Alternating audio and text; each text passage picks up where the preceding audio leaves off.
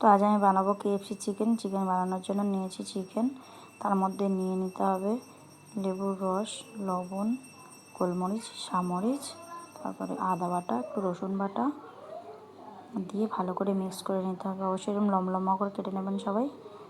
দিয়ে একটা পাত্রের মধ্যে আবার একটু ময়দা নিলাম, একটু সাজিয়ে নিলাম, একটু গোলমরিচ গুঁড়ো নিলাম, তারপর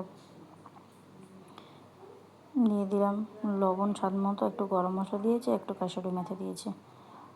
দিয়ে ওটাকে দিয়ে মাংস ম্যারিনেট করা মাংসগুলো নিয়ে আমি ময়দার মধ্যে একটা করে কোট করেছি, আবার ঠান্ডা জলে ডুবিয়েছি।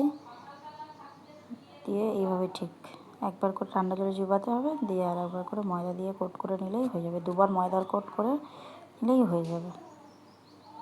দিয়ে তেল গরম করতে দিয়েছি, তেলের মধ্যে ভালো করে ভেজে নিলেই গরম গরম পরিবেশন করুন। দারুণ টেস্ট কেএফসি স্টাইলের চিকেন। কেমন হয়েছে অবশ্যই বাড়িতে বানিয়ে খেয়ে দেখবেন। ভালোই হয়েছে। ছেলে তার আগে ভেঙে দিয়েছে।